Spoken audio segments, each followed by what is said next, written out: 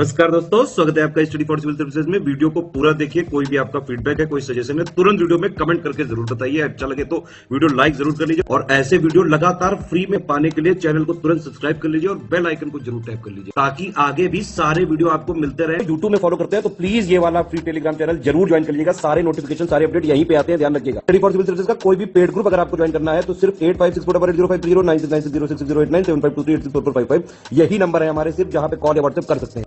Instagram पे हमारा page जरूर फॉलो कर लीजिएगा, स्टडी फॉर सिविल .सर्विसेज है। ट्विटर पे हमको जरूर फॉलो कर लीजिएगा, @स्टडी फॉर सिविल्स है। नमस्कार दोस्तों, एक बार फिर से आपका बहुत बहुत स्वागत है स्टडी फॉर सिविल सर्विसेज में। और मैं एसके त्रिपाठी आज आप सभी के साथ जो हमारी daily current affairs news analysis की सीरीज है उसको यहाँ पर बाइलिंगुअल मैनर में कंटिन्यू करूंगा, कवर करूंगा। और जैसा कि आप लोग स्क्रीन में देख पा रहे होंगे कि ये जो आर्टिकल्स हैं गवर्नमेंट की जितनी भी लीडिंग वेबसाइट्स हैं और जो लीडिंग आपके न्यूज़पेपर्स है वहां से कलेक्ट किए जाते हैं, संग्रहित किए जाते हैं, फिर आप लोगों को यहां पर उपलब्ध कराए जाते हैं जो आप लोगों के लिए स्पेशली फॉर यूपीएससी सीएससी, उसके साथ ही जो स्टेट पीसीएस के एग्जामिनेशंस होते हैं उनके लिए प्रीलिम्स और मेंस दोनों ही पर्सपेक्टिव में बहुत ही ज्यादा बेनिफिशियल साबित होगी। तो आप लोग इस सीरीज को सतत रूप से देखें और इसका महत्तम लाभ भी अर्जित करें। साथ ही दोस्तों, अगर आपने इस वीडियो में 10,000 लाइक्स का टारगेट कंप्लीट किया तो आप लोगों को इसकी जो पीडीएफ है फ्री ऑफ कॉस्ट हमारे टेलीग्राम के चैनल पर उपलब्ध कराई जाएगी। तो आप लोग हमारा टेलीग्राम का चैनल जरूर ज्वाइन कर लीजिए, साथ ही इंस्टा का पेज भी फॉलो कर लीजिए ताकि जो भी निःशुल्क आपको पाठ्य सामग्री उपलब्ध कराई जा रही है आप उनको उन तक आपकी पहुंच सुनिश्चित हो सके। तो आइए देखेंगे किन टॉपिक्स को देखने जा रहे हैं। बिल्कुल सिंपल सा टॉपिक है। पहले जो पहला नंबर का टॉपिक है फैमिली कोड अमेंडमेंट बिल 2022, ठीक है ना। इसमें नागालैंड की बात है, हिमाचल प्रदेश की बात है। यहां पर फैमिली कोड को जो है अब क्या किया गया है सेटअप, वहां पर पहले से भी सेटअप किया गया था, है ना, क्योंकि ये राज्य सूची का विषय है। लेकिन अब जो बिल पारित हुआ है ध्वनि मत से राज्यसभा में, पहले लोकसभा से हुआ था, तो अब इसको एक क्या मिल गया, स्टैट्यूटरी ग्राउंड भी मिल गया। तो इसको देखेंगे, सेकंड पेपर का पार्ट है बिल्कुल। और ये जब आप जुडिशरी पढ़ते हैं तो जुडिशरी में क्या क्या नए नए इनिशिएटिव्स लिए हैं हम लोगों ने स्पीडी डिस्प्यूट रेड्रेसल मैकेनिज्म के तहत, तो वो हमारे लिए इंपॉर्टेंट हो जाता है। इसके संदर्भ में आप लोगों ने प्रीलिम्स में भी क्वेश्चन देखा होगा, ठीक है ना, यूपीएससी की बात कर रहा हूं मैं। इसके बाद जो सेकंड टॉपिक है China Taiwan relation and India concern,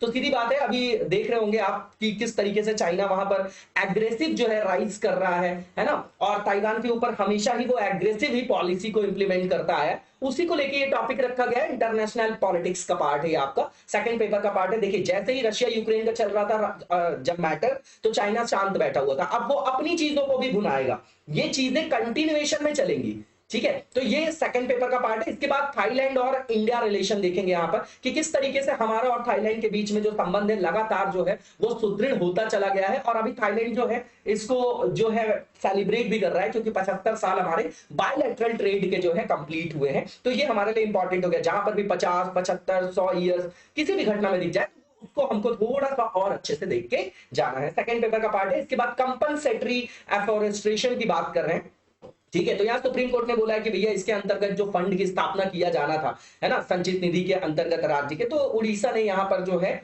वो अप टू द मार्क काम नहीं किया, इसलिए ये न्यूज में। अब हमको पढ़ना क्या है कि ये कैंपा क्या है, कंपनसेटरी एफोरेस्ट्रेशन क्या है ना, क्यों लाया गया है ये। क्योंकि जब डेवलपमेंटल प्रोजेक्ट्स वगैरह लगाए जाते हैं तो वहां पर कई बार ऐसा होता है कि फॉरेस्ट लैंड को क्या किया जाता है, डाइवर्ट किया जाता है। अब जब डाइवर्ट किया जाता है तो कहीं ना कहीं बायोडाइवर्सिटी पे नेगेटिव इंपैक्ट पड़ता है ना, इकोलॉजी पे, एनवायरमेंट के सेगमेंट में आप देखेंगे डोमेन में तो नेगेटिव इंपैक्ट पड़े, तो उसकी कैसे हम प्रतिपूर्ति करेंगे, उसको कैसे कंपनसेट करेंगे, उसके लिए इस तरीके के प्रावधानों को अपनाया गया है। देखेंगे एनवायरमेंट का आपका कोर पार्ट है, जीएस पेपर थर्ड में रख सकते हैं। फूड प्रोसेसिंग इंडस्ट्री फिर से आज यहां पर इस टॉपिक को रखा गया है। मैं बोल रहा हूं बार बार, बहुत ज्यादा इंपॉर्टेंट टॉपिक है। इसके बारे में आप लोग जो भी इंपॉर्टेंट टॉपिक होता है ना, A4 साइज का जो पेपर है उसमें नोट्स बनाया करिए, बिल्कुल ब्लैंक पेपर में, ठीक है। और वहां पर आप जो है इंपॉर्टेंट पॉइंट्स को लिखिए और उसमें भी सेगमेंट बना दीजिए ऐसा कि बीच में आप लिख रहे हो, किनारे इतना चीज छोड़ दीजिए कि जो भी अपडेशन होगा हम ऐड करते चलेंगे। ये इसमें से क्वेश्चन आना ही है। एग्रीकल्चर का जो भी डोमेन है वो हमारे लिए इंपॉर्टेंट है। और ये तो मैं बार बार बोल रहा हूं कि सनराइज इंडस्ट्री है, फूड प्रोसेसिंग इंडस्ट्री, तो किस तरीके से जो फूड प्रोडक्ट्स हैं उनके एक्सपोर्ट को जो है प्रमोट करने के लिए सरकार ने क्या क्या इनिशिएटिव्स लिए, इस संदर्भ में आज ये आर्टिकल है। तो इसको देखेंगे, थर्ड पेपर का पार्ट है, एग्रीकल्चर का कोर टॉपिक है। अब जो पहला हमारा यहां पर टॉपिक है फैमिली कोड्स अमेंडमेंट बिल 2022, तो ये राज्यसभा ने अभी इसको वॉइस वोट से जो है पारित कर दिया है, ध्वनि मत से इसको पारित कर दिया। ठीक है भाई, पारित कर दिया। ये तो हमारे लिए क्या हो गया, कंटेक्स्ट हो गया, ये इंपॉर्टेंट नहीं। इंपॉर्टेंट ये है कि इसके अंतर्गत अब क्या किया गया। तो हिमाचल प्रदेश और नागालैंड में जो आपके स्टैब्लिश थे फैमिली कोड, उनको एक स्टैचुरी ग्राउंड देके प्रोटेक्ट किया गया, उनको एक स्टैचुरी क्या दिया गया, अब ग्राउंड प्रदान किया गया है। दूसरी चीज जो स्टैटिस्टिक्स है आपकी union ministry of law and justice की, उसने बोला है कि पूरे देश में 26 राज्यों और यूटीज जो है केंद्र शासित प्रदेश, वहां पर अभी 715 फैमिली कोड्स जो है वो फंक्शनिंग में है, फंक्शन में ऑलरेडी है। अब समझिएगा ये क्यों लाया गया होगा, स्पीडी ट्रायल के लिए। जैसे पारिवारिक वाद विवाद होते हैं, है ना, संपत्ति को लेके और मान लीजिए शादी विवाह को लेके, तो इन सब जो ये सब केसेस हैं, इनको जो है मध्यस्थता के माध्यम से और जल्दी से जल्दी जो है इसको सॉल्व कर लिया जाए, इसलिए ये जो है फैमिली कोर्ट का प्रावधान किया गया। क्योंकि हमारे यहाँ अपेक्स कोर्ट में, हाई कोर्ट में, डिस्ट्रिक्ट कोर्ट में बहुत सारे केसेस ऑलरेडी पेंडिंग हैं। ठीक है, तो वो पेंडेंसी को खत्म करना है, न्याय की जो पहुंच है वो सुनिश्चित करना है लोगों तक, है ना। तो कहीं ना कहीं ये न्याय उपलब्ध कराने का एक उपागम है। अब अमेंडमेंट्स देखेंगे तो ये याद नहीं करना है कि कौन सा सेक्शन, कौन सा सब सेक्शन जो है आपका वो क्या हुआ है, यहां पर अमेंडमेंट हुआ, उसमें ये याद रखिए कि ये सब नहीं, बस देख के जाना है कि भाई सब सेक्शन 3 ऑफ सेक्शन 1 है। अब इसके अंतर्गत क्या किया गया, ये जो बिल है इसके अंतर्गत इंसर्ट किया गया प्रोविजन सब सेक्शन 3 में, है ना, उसका सेक्शन जो है 1। अब वो क्या करेगा, इस सेक्शन के अंतर्गत क्या किया गया, तो एस्टैब्लिशमेंट की बात की गई फैमिली कोर्ट की हिमाचल प्रदेश में, जो इफेक्टिव होगा आपका 15 फरवरी 2019 रेट्रोस्पेक्टिव इफेक्ट से, भूतलक्षी प्रभाव से। और नागालैंड में ये इफेक्टिव हो जाएगा आपका 12 सितंबर 2008 से। तो राज्य ने पहले ही इसको स्थापित कर रखा था, तो भूतलक्षी प्रभाव से वो आपका क्या हो जाएगा, वहां पर क्या हो जाएगा बताइए, वहां पर एक्टिवेट हो जाएगा, सक्रिय हो जाएगा, प्रभाव में आ जाएगा। इसके बाद जो सेकंड यहां पर पॉइंट बताया गया कि सेक्शन 3A जो है वो क्या है, तो इसमें ये बोला गया है, ये जो नई धारा आपकी, जो नया सेक्शन 3A जो है 3A जिसको सम्मिलित किया गया, उसमें ये बताया गया कि ये जो सरकारें हिमाचल प्रदेश और नागालैंड की, तो इन्होंने जो परिवार अदालत पहले भी जो स्टैब्लिश किया था उसको अब स्टैचुरी ग्राउंड तो मिल गया, लेकिन उसकी जो मान्यता होगी वो भूतलक्षी प्रभाव से होगी, इसलिए इस सेक्शन को यहां पर क्या किया गया, इंसर्ट किया गया। नॉर्मल सी चीज है। इसके बाद आप नेक्स्ट यहां पर पॉइंट देखेंगे तो यहां पर पूर्व व्यापी जो प्रभाव है, भूतलक्षी भी बोलते हैं इसको, रेट्रोस्पेक्टिव इफेक्ट है, ये आपको पता भी होगा। ये जो आपका वोडाफोन वाला केस था, हच वाला, जिसमें इंडिया की हार भी हुई थी, तो उसका ग्राउंड भी ये दिया गया था। ठीक है, तो ये आप लोग पढ़ते होंगे। तो नागालैंड और हिमाचल प्रदेश में, तो हिमाचल प्रदेश में ये मान्य कब से होगा, 15 फरवरी 2019, नागालैंड में 12 सितंबर 2008 से ये आपका इफेक्टिव माना जाएगा। इसके बाद आप देखेंगे कि इस अधिनियम के अंतर्गत और भी जो आपकी फंक्शनिंग है ना, जैसे कि दोनों राज्यों में जो भी कार्यवाही की जाएगी उसमें सारी कार्यवाही सम्मिलित होंगी, चाहे जजेस के अपॉइंटमेंट हो, चाहे परिवार अदालत के द्वारा, न्यायालय के द्वारा अगर कोई पारित आदेश निर्णय हो, है ना, तो उनको भी सबको जो है पूर्व व्यापी प्रभाव से क्या माना जाएगा, इंप्लीमेंटेड माना जाएगा। अब यहां पर हिमाचल प्रदेश और जो नागालैंड है, ठीक है, तो इनके संदर्भ में समस्याएं क्या हैं वो देखी जा रही है, यहां पर वो बताएंगे हम, यहां पर है ना, देखेंगे इसको कि क्या इश्यूज क्या है। ठीक है, तो देखिए सबसे पहली ये चीज समझिएगा कि जो परिवार न्यायालय की स्थापना, उसका कार्य, उसका जो क्षेत्राधिकार है वो किसको दिया गया है, राज्य सरकारों को।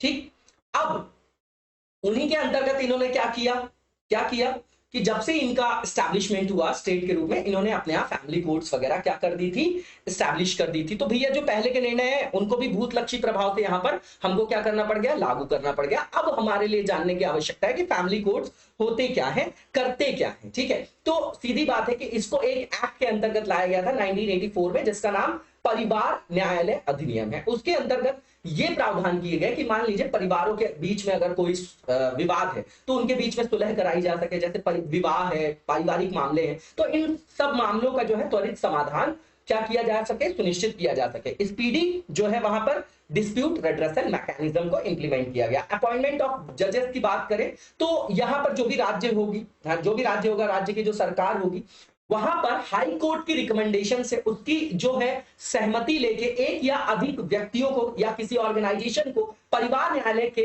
रूप में वहां पर इस्टेब्लिश किया जा सकता है और वहां पर जजेस वगैरह की नियुक्ति की जा सकती है। अब परिवार न्यायालय किसको बनाया जा सकता है, तो मान लीजिए कोई इंस्टीट्यूशन है, कोई ऑर्गेनाइजेशन है जो सोशल वेलफेयर के डोमेन में इंडल्ज है। इसके बाद परिवार के कल्याण को बढ़ावा देने वाले कोई जो आपके कौन से कैसे लोग होंगे, जो आपके पेशेवर लोग होंगे, है ना, उनको भी वहां पर क्या किया जा सकता है, अपॉइंट किया जा सकता है। इसके बाद मान लीजिए समाज कल्याण के क्षेत्र में जो कार्यरत इंडिविजुअल व्यक्ति है उनको भी बनाया जा सकता है। ठीक है, अब यहाँ पर जो नेक्स्ट टॉपिक है हमारा चाइना ताइवान रिलेशन, और वहां पर इंडिया का एंगल हम लोग देखेंगे। अब मैंने हमेशा बोला है कि जब हम आईआर पढ़ रहे होते हैं तो वहां पर हमको बैलेंस ऑफ पावर देखना पड़ता है। ठीक है, तो जैसे चाइना यहां से पाकिस्तान को बैकअप देता है, हमारे जो सीपीईसी के अंतर्गत हमारी संप्रभुता को चैलेंज कर रहा है ना। ठीक है, तो वो क्या है, उसको हमको काउंटर बैलेंस करना है, प्रति संतुलित करना है, तो ताइवान वाले रिश्ते को ऐसे लेके चलिएगा। ठीक है ना, ट्रेड और जो आपके अदर एस्पेक्ट है वो तो है ही है, ये सबसे ज्यादा इंपॉर्टेंट है यहाँ पर। अब यहाँ पर आप देख रहे हैं कि चाइना की जो मिलिट्री है लगातार ताइवान के आसपास के क्षेत्रों में वो फायरिंग कर रही है, उसने स्टार्ट कर दिया है। ठीक है, तो वो अपना मौका देख रहा था, रशिया यूक्रेन वाला मुद्दा हुआ, अब वो अपना उठाएगा, है ना। ये जो है इसका तरीका है, ठीक है, एग्रेसिव राइज का। अब इसका बैकग्राउंड देख लेते हैं, हिस्टोरिकल पर्सपेक्टिव। तो सीधी बात है, जो आज की डेट में हम चाइना को जानते हैं, है ना, peoples of Republic of China के रूप में, और ताइवान जो जाना जाता है रिपब्लिक ऑफ चाइना के रूप में। दरअसल दोनों एक ही देश के जो हैं वो सरकारें थी, दोनों के बीच में जब क्या होगा, 1949 में कम्युनिस्ट पार्टी जीत जाएगी, और जो दूसरी आपकी जिसको कुओमितांग पार्टी बोलते हैं, वो जो हार जाएगी तो उसको वहां से बाहर कर दिया जाएगा मुख्य भूमि से। और मुख्य भूमि जो चीन की थी उस पर नियंत्रण कौन कर लेगी, ये जो आपकी जिसको बोला जाता है पीपल्स रिपब्लिक ऑफ चाइना। तब से ये डिबेट चालू हुई। अब समझिएगा कि जो चाइना का जो आपका गणराज्य रिपब्लिक ऑफ चाइना, उसको डिक्लेयर किया गया था 29 ऑफ दिसंबर 19 इसकी बात कर रहे हैं, ठीक है ना, 1911 में। किसकी लीडरशिप में, तो डॉक्टर सुन यात सेन की क्या लीडरशिप में। ठीक है ना, ये फाउंडर थे आपके कुओमिंतांग पार्टी के, ठीक है ना। ये आप प्रोनाउंसिएशन देख जाइएगा, है ना, क्यूमिनतांग भी बोला जाता है इसको। ठीक है, तो अब ये जो लीडरशिप थी, दूसरी तरफ की बात कर रहे हैं, जो जनरल चियांग काई शेक थे, इनका नाम आप लोगों ने सुना होगा वर्ल्ड हिस्ट्री में। तो इनके बीच में क्या होता है, जो कुओमितांग पार्टी है और जनरल चियांग काई शेक है, इनके बीच में एक गृह युद्ध स्टार्ट होगा, है ना। तो ये तो कम्युनिस्ट पार्टी के हो गए जो चियांग काई शेक है, और ये जो आपकी दूसरी पार्टी हो गई वो आपकी कौन सी है, कुओमितांग पार्टी। तो इनके बीच में सिविल वॉर जो है स्टार्ट हुआ। ठीक है, और यहीं से जो है कुओमितांग पार्टी जब हार जाएगी तो उसको ताइवान से पीछे हटा दिया जाएगा, और जो मुख्य भूमि चीन है उस पर नियंत्रण कम्युनिस्ट पार्टी का हो जाएगा। नॉर्मल सी चीज है। अब यहां पर देखेंगे कि 1949 से पीपल्स रिपब्लिक ऑफ चाइना है, उसका मानना है भैया कि ताइवान जो है उसको मेनलैंड चाइना से फिर से जुड़ जाना चाहिए। ठीक है ना, वो वन चाइना पॉलिसी के अंतर्गत उसको मानता है। अब चाइना की जो कम्युनिस्ट पार्टी है उसने 1949 में मेनलैंड चाइना पर अपना पूरा का पूरा प्रभुत्व स्थापित कर लिया, और ये जो आपकी तत्कालीन सत्तारूढ़ कुओमितांग पार्टी थी उसको फॉर्मोसा में, मतलब जिसको आज आप ताइवान के रूप से नाम से जानते हैं, उसके वहां पर जो है उसको सीमित कर दिया और वन चाइना पॉलिसी को इंप्लीमेंट किया। तब से लेके आज तक जो है चीन ने कई बार ताइवान को जो है मेनलैंड चाइना में या वन चाइना पॉलिसी के अंतर्गत, वो मानता ही है कि वो चाइना का पार्ट है, तो उसके अधिग्रहण की कई बार चेष्टा की, लेकिन वैश्विक विरोध के कारण जो है वो फॉर्मोसा जो आपका जल डमरू मध्य है उसको पार करने की हिम्मत अभी तक नहीं कर पाया, ऐसा बोला जा रहा है। अब वन चाइना पॉलिसी और इंडिया की बात कर लेते हैं। तो भैया चाइना ने 1950 तक तिब्बत पर कब्जा कर लिया, और फिर उसी दशक में आप देखेंगे तो अन्य क्षेत्रों पर भी अपनी जो मिलिट्री जो आपका वहां पर उसकी पावर थी उसको और सशक्त कर दिया। ठीक है, अब भारत जो है चाइना के कम्युनिस्ट शासन था, ठीक है ना, सोशलिज्म कम्युनिज्म की तरफ जो है हमारा झुकाव था, जेएलएन लोगों का आप देखेंगे, नेहरू जी लोगों का, तो हमने इनको मान्यता दी थी, और उस मान्यता को देने में हम शुरुआती देशों में एक थे, मतलब हम उसको क्या कर रहे थे, सपोर्ट कर रहे थे। आप देखेंगे ना, हिंदी चीनी भाई भाई ये सब चलेगा अभी, कब तक चलेगा, जब युद्ध नहीं हो जाएगा 62 वाला, और जब बहुत गंदी जो है हमारी हार भी होगी वहां पर, ठीक है ना, भूल के कारण।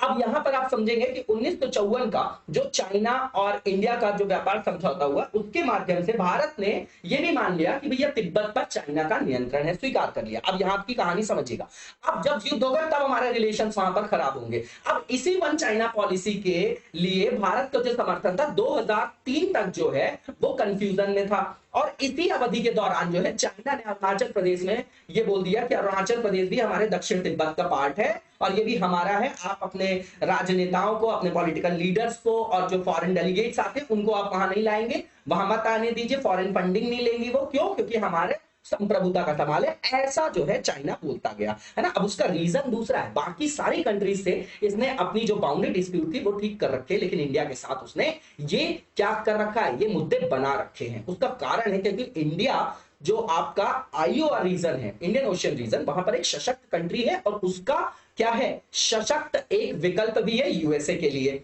ठीक है। अब 2003 में जो हमारे प्रधानमंत्री जी थे वाजपेयी जी, उन्होंने साइन किया ज्वाइंट डिक्लेरेशन, ठीक है ना। उनके जो काउंटर पार्ट, मतलब जो आपके वहां के नेता थे बीजिंग में, वेन जियाबाओ, है ना, और उनके डिक्लेरेशन से ये रिकॉग्नाइज किया गया कि तिब्बत जो है ऑटोनॉमस रीजन है, ठीक है, और पीपल्स रिपब्लिक ऑफ चाइना का पार्ट है, ठीक है, जनवादी गणराज्य के क्षेत्र का हिस्सा है, ठीक है। अब समझिएगा आर्गुमेंट जो है कि वन चाइना पॉलिसी को रिकंसीडर करने के लिए, तो ठीक बात है कि भारत ताइवान और हांगकांग की समस्याओं के बीच जो है वन जो चाइना पॉलिसी है उसको जो है मानता आया है, लेकिन उसके संदर्भ में बहुत सारे इश्यूज हैं। क्यों? क्योंकि भैया जब तुम वन इंडिया पॉलिसी को नहीं मानते, जेएनके वाले पार्ट में, लद्दाख वाले पार्ट में तुम जो है ये बोलते हो कि वो जो है पाकिस्तान का पार्ट है ना, तो हम क्यों सपोर्ट करेंगे, पहली चीज, है ना, कि यहां पर जो है हमको सोच समझ के यथार्थवादी निर्णय लेने की आवश्यकता है। दूसरा जो यहां पर संदर्भ है,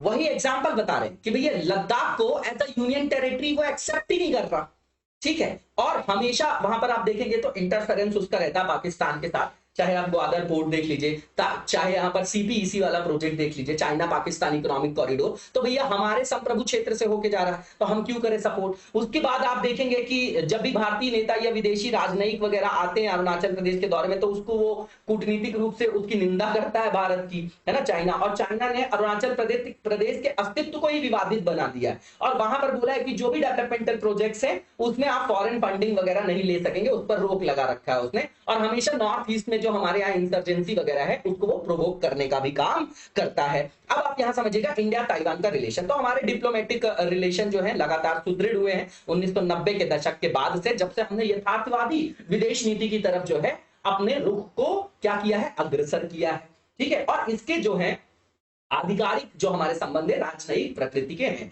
अब भारत द्वारा जो पीपल्स रिपब्लिक ऑफ चाइना है उसके मेनलैंड चाइना को मान्यता दी जाती है, लेकिन जो चाइना रिपब्लिक के अंतर्गत बोलता है कि चाइना जो है, बोलता है ना कि मेनलैंड चाइना के अंतर्गत हांगकांग भी है, मकाऊ है, तो उसकी वैध सरकार होने के दावों को हम समर्थन नहीं करते। दूसरी चीज ये कि ताइवान के दृष्टिकोण से अगर आप देखेंगे तो भारत की जो बढ़ती भू राजनीतिक अवस्थिति है, तो वो इस क्षेत्र में चाइना को काउंटर बैलेंस करने के लिए सबसे क्या है, स्पेशल और सबसे जो है स्ट्रॉन्ग डोमेन है।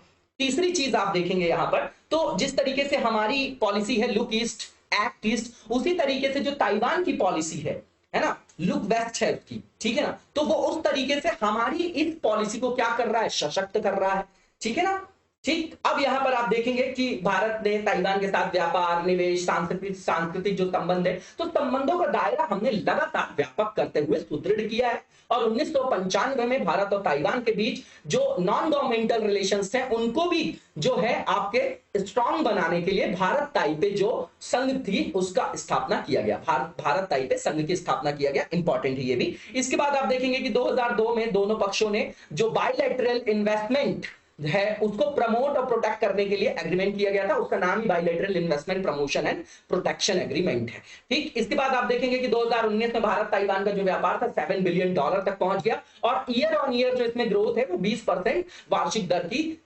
संदर्भ में है। अब इसके बाद आप देखेंगे कि भारत में जो ताइवान से जो एक्सपोर्ट होकर आने वाली चीजें हैं उसमें इंटीग्रेटेड सर्किट इंपॉर्टेंट है, मशीनरी है और अदर इलेक्ट्रॉनिक प्रोडक्ट्स हैं। हम जो उनको वहां पर जो भारत उनके लिए आकर्षण बना हुआ है निवेश के लिए, किन क्षेत्रों में, तो हाईटेक और जो लेबर इंडस्ट्री है ना, लेबर इंटेंसिव इंडस्ट्री है, तो वहां पर ताइवान के निवेश को आकर्षित करने के लिए हम इच्छुक बने हुए हैं कि वहां पर आके वो इन्वेस्टमेंट करें, क्योंकि हमको इन्वेस्टमेंट की बहुत ज्यादा आवश्यकता भी है। अब चेंज क्या है, भारत के रुख में बदलाव क्या हुआ, तो मई 2020 में आप देखेंगे तो भारतीय संसद के 2 सदस्य ताइवान के जब नवनिर्वाचित राष्ट्रपति जो तिसाई हैं, जब वो अपनी ओथ ले रहे थे, शपथ ग्रहण कर रहे थे, तो उस समारोह में ऑनलाइन माध्यम से सम्मिलित हुए और उन्होंने बोला कि ताइवान में लोकतंत्र के समर्थक हैं हम, और ये कहीं ना कहीं हमारी सरकार का चाइना के लिए एक चेतावनी संदेश के समान भी है कि हमारे संबंध यहां प्रबल हो रहे हैं और भैया हम भी जो है प्रैग्मेटिक डिसीजन ले सकते हैं। जुलाई 2020 में देखेंगे तो हमने एक वरिष्ठ राजनयिक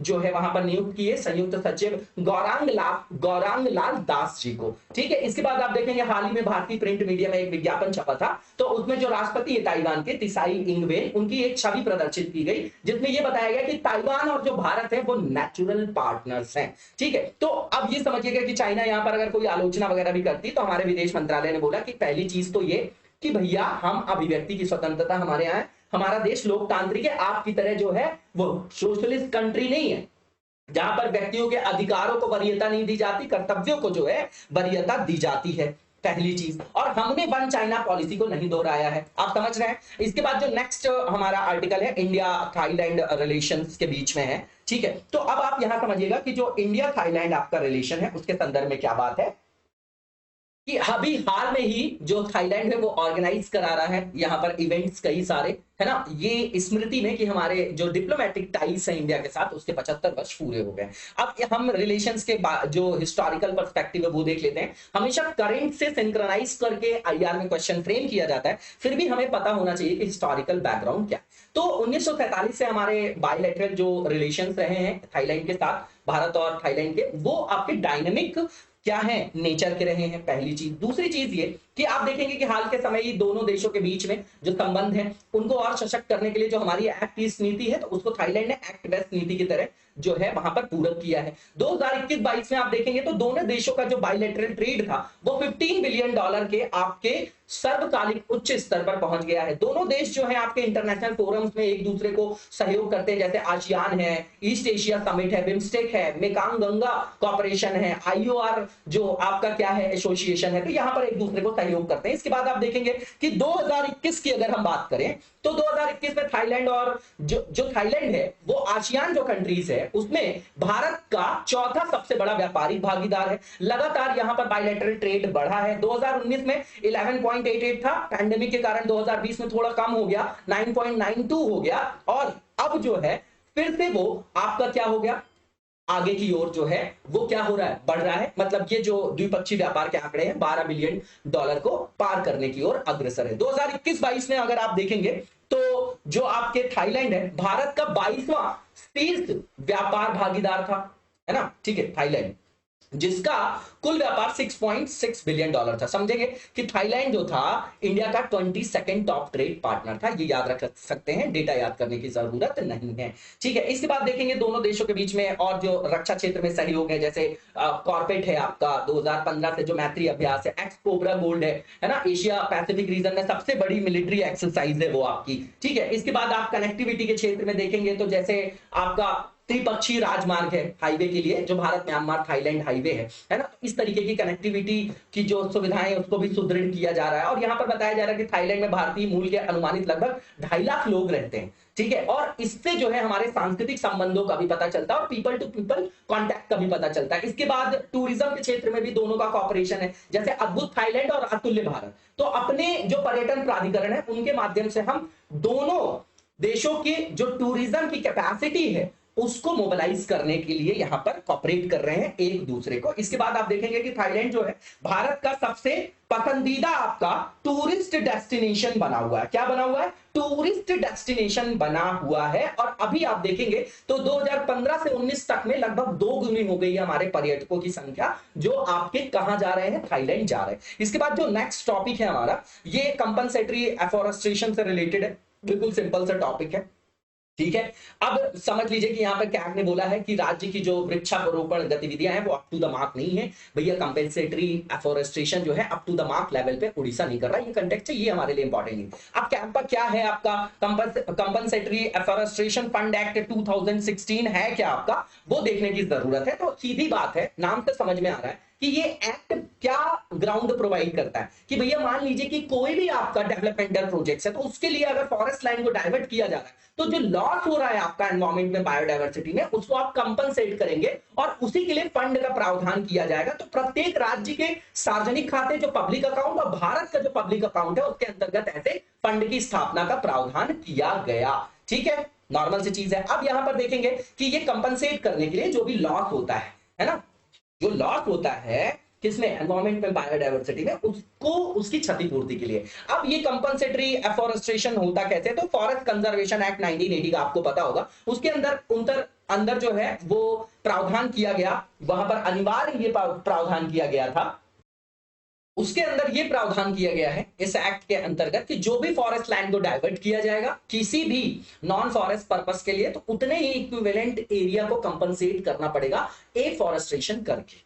ठीक है, अब ये किस पे भारित होगा, जो भी संगठन इस तरीके का कार्य कर रहा होगा, या कोई व्यक्ति कर रहा होगा, कोई ऑर्गेनाइजेशन कर रहा होगा, उसके लिए है। ठीक, इसके बाद आप देखेंगे कि जब भी कोई डेवलपमेंटल प्रोजेक्ट्स या कोई प्रोजेक्ट प्रपोज किया जाता है, उसी टाइम पे जो है अप्लाई किया जाता है फॉरेस्ट क्लियरेंस के लिए। ठीक है ना, और उसी के संदर्भ पे जो भी एप्लीकेंट होगा, आवेदक होगा, तो उसको इस तरीके की प्रतिबद्धता को संलग्न करना होता है कि जो भी स्थापित नियम योजना उसके अनुसार वो वहां पर क्षतिपूर्ति जो भी होगी वनीकरण की, जो एफॉरेस्टेशन की लागत आएगी उसको वो वहन करेगा वहां पर। ठीक, इसके बाद आप देखेंगे कि जो फॉरेस्ट डिपार्टमेंट है वो आपका इसके बारे में डिटेल्स जो है प्रोवाइड करता है ना, कि एफॉरेस्टेशन को जो है आइडेंटिफाई कराता है कि भैया यहां पर किया गया इस तरीके की चीजें। उसके बाद ही जो है ये अनुमोदन के लिए जो आपके अपेक्स लेवल पे बैठे ऑफिसर्स होते हैं उनके पास जाता है, नॉर्मल सा पॉइंट है। इसके बाद 2002 में सुप्रीम कोर्ट ने बोला था, ऑर्डर दिया था कि भैया कंपनसेटरी एफॉरेस्टेशन फंड को क्रिएट किया जाए ताकि कंट्रीब्यूट किया जा सके, है ना, कंपनसेट करने के लिए, जो आपका डिफॉरेस्टेशन होता है उसको कंपनसेट करने के लिए, एफॉरेस्टेशन के लिए, जो है वृक्षारोपण के लिए, है ना, वन जो आपका आवरण कम हो रहा है उसकी क्षतिपूर्ति को क्या करने के लिए, यथार्थ रूप देने के लिए, मूर्त रूप देने के लिए जो है यहां पर फंड की प्रावधान करने की बात उन्होंने किया था कि वहां पर जो है यहां पर इस तरीके का प्रतिपूरक वनीकरण कोष बनाने की आवश्यकता है। 2004 में आप देखेंगे तो जो हमारी इन्वायरमेंट मिनिस्ट्री है उसने कॉन्स्टिट्यूट किया कैंपा, है ना, जो इस तरीके के जो कंपेंसेटरी फंड है उसको क्या करता है, इंप्लीमेंट करता है, उसको स्टैब्लिश करता है। उसी के अंतर्गत जो है प्रतिपूरक वनीकरण कोष प्रबंधन और योजना प्राधिकरण कैंपा का गठन जो है उसी के अंतर्गत किया गया। 2018 में देखेंगे आप तो 2016 में जो आपका ये आपका जो एक्ट है कंपनसेटरी एफॉरेस्टेशन फंड एक्ट, ये इफेक्ट में आया था कब, 2016 से, याद रखिएगा। इसके बाद नेक्स्ट जो आर्टिकल है, डेली हम लोग इसको पढ़ भी रहे हैं कि ये जो आपका फूड प्रोसेसिंग इंडस्ट्री उसके बारे में बात करेंगे। तो जो ये एफर्ट गवर्नमेंट ने लिए हैं एक्सपोर्ट को बढ़ावा देने के लिए वो यहां पर लिखे गए, बिल्कुल कंटेक्चुअल पार्ट है। तो सबसे पहली चीज ये कि जो हमारी एग्रीकल्चरल एक्सपोर्ट पॉलिसी है कॉम्प्रिहेंसिव, उसके द्वारा जो है हमारा जो भी पोटेंशियल है इंडियन एग्रीकल्चर प्रोडक्ट्स के एक्सपोर्ट के लिए उसको हार्नेस करने के लिए किया गया। उसके बाद आप देखेंगे कि product specific export promotion forum को सेटअप किया गया, है ना, एपीडा के द्वारा। क्यों, ताकि इंपेटस मिल सके किसको, जो भी आपके प्रोडक्ट्स है जिनके अंतर्गत पोटेंशियल है एक्सपोर्ट का, है ना, तो उसको प्रमोट कर सके। उसके साथ ही जो बॉटलनेक्स हैं, जो आपके अवरोध है, हर्डल्स है सप्लाई चेन की, उसको भी दूर किया जा सके। इसके साथ आप देखेंगे कि एपेडा ने जैसे प्रोडक्ट्स हैं आपके, अंगूर है, आपका प्याज है, आम है, केला है, अनार है, फूलों की खेती है ना, चावल है, डेयरी उत्पाद है, जो भी आपके और भी अनाज जैसे उत्पाद हैं, तो इनके लिए भी निर्यात संवर्धन मंच वगैरह स्थापित किए। इसके बाद आप देखेंगे फार्मर कनेक्ट पोर्टल है, तो ये एक तरीके का प्लेटफॉर्म है जहां पर डिफरेंट जो स्टेक होल्डर्स हैं एक दूसरे से इंटरैक्ट कर सकते हैं, है ना, और साथ में उनको एक्सपोर्टर्स, जो भी एक्सपोर्टर होगा, निर्यातक होगा, उससे भी इंटरेक्शन के लिए ये प्लेटफॉर्म जो है ये बनाया गया है। इसके बाद आप देखेंगे कि यहां पर और भी बहुत सारी स्कीम्स के थ्रू इनको सहायता की जा रही है ना, कि एक्सपोर्ट को किस तरीके से प्रमोट किया जा सके। जैसे कि आप देखेंगे कि trade infrastructure for export scheme है, मार्केट एक्सेस इंसेंटिव स्कीम है, जो ड्यूटीज और टैक्सेस हैं उनको जो है उनमें छूट दी जा रही है जो भी एक्सपोर्ट करने वाले प्रोडक्ट्स हैं उसमें। इसके बाद marine product export development authority है। इसके बाद आप देखेंगे कि डिस्ट्रिक्ट को भी एक्सपोर्ट हब स्कीम के अंतर्गत जो है उसको क्या किया जा रहा है कि जैसे मान लीजिए कोई डिस्ट्रिक्ट है, वहां पर कोई स्पेसिफिक प्रोडक्ट है, अब वो वहां की स्पेशलिटी है, तो उसको भी ऐसा ग्राउंड प्रदान किया जाए ना कि उसको एक्सपोर्ट किया जा सके, है ना। तो जिले को भी जो है एक तरीके से निर्यात हब के रूप में जो है यूज करना, तो उसके लिए जो है योजना लाई गई है district S export hub scheme. तो वन डिस्ट्रिक्ट वन प्रोडक्ट के अंतर्गत अप्रोच करेंगे। इसका ऑब्जेक्टिव ये है कि यहां पर सभी डिस्ट्रिक्ट को हम जो है जो भी मैन्युफैक्चरिंग हो रही है वहां पर, जो भी प्रोडक्ट वहां पर मैन्युफैक्चर किया जा रहा है, तो उसको भी एक्सपोर्ट किया जा सके। इसके बाद आप देखेंगे कि प्रोडक्शन लिंक्ड इंसेंटिव स्कीम्स हैं फूड प्रोडक्ट्स के लिए, है ना, मार्केटिंग और सप्लाई चेन के लिए भी बहुत सारे जो है इंसेंटिव दिए जा रहे हैं गवर्नमेंट के द्वारा। और जो हमारे यहाँ के घरेलू उत्पाद हैं उनको एक वैश्विक पहचान देने के लिए, उनकी मार्केटिंग की, उनकी ब्रांडिंग के लिए भी गवर्नमेंट यहाँ पर हेल्प कर रही है। और जो क्वेश्चंस हैं नीचे कमेंट में मैंने देखा कि लिखा गया है कि कहां पर लिख के पोस्ट किया जा सकता है, तो मैं बार बार बोलता हूं टेलीग्राम का जो चैनल है हमारा ओनली करंट अफेयर्स का, वहां पर आप पिक खींच के डाल दीजिए, उसको रिव्यू किया जाएगा। ठीक है, इसके बाद जो नेक्स्ट फेज है हमारा एमसीक्यू से रिलेटेड है। पहला जो एमसीक्यू है पुराना ही टॉपिक है, joint comprehensive plan of action, इसके बारे में स्टेटमेंट दिए गए, बताना है कौन सा ट्रू है। तो पहला स्टेटमेंट है कि इसको साइन किया गया था P5+1, बिल्कुल ठीक है। P5 में China, France, Russia, UK, US आ जाएगा प्लस जर्मनी। उसके बाद 2018 में देखेंगे तो यूएस ने विड्रॉ कर लिया था इस डील से, बिल्कुल ठीक है दोनों स्टेटमेंट। इसका आंसर आपका बोथ आर करेक्ट हो जाएगा क्योंकि ट्रू ही बताना था हमको। दूसरा जो क्वेश्चन है यहाँ पर अफ्रीकन स्वाइन फीवर के बारे में स्टेटमेंट दिए गए, बताना कौन सा ट्रू है। तो पहला ये कि ये हाईली कंटेजियस वायरल डिसीज है ना, डोमेस्टिक और वाइल्ड पिग्स की, बिल्कुल ठीक है पहला स्टेटमेंट। दूसरे जो यहां पर स्टेटमेंट है कि अभी तक इसका कोई भी इफेक्टिव वैक्सीन नहीं बनाया गया, ये भी ठीक है आपका दूसरा स्टेटमेंट। तीसरा ये कि इसको हॉग कॉलेरा के रूप में भी जाना जाता है, बिल्कुल ठीक है। चौथा ये कि ये एनिमल से एनिमल्स में ही जो है स्प्रेड होता है अभी तक, ठीक है। तो इसके जो चारों के चारों स्टेटमेंट है बिल्कुल ठीक है, इसका आंसर आपका all of the above D हो जाएगा। इसी के साथ आज की वीडियो को यहीं पर विराम देंगे, नेक्स्ट वीडियो में कंटिन्यू करेंगे। तब तक लगातार जबरदस्त तरीके से पढ़ते रहिए और आगे बढ़ते रहिए, और वीडियो को ज्यादा से ज्यादा शेयर और लाइक करिए, सपोर्ट बनाए रखिए, डेली बोलता हूं मैं। Thank you so much, best of luck.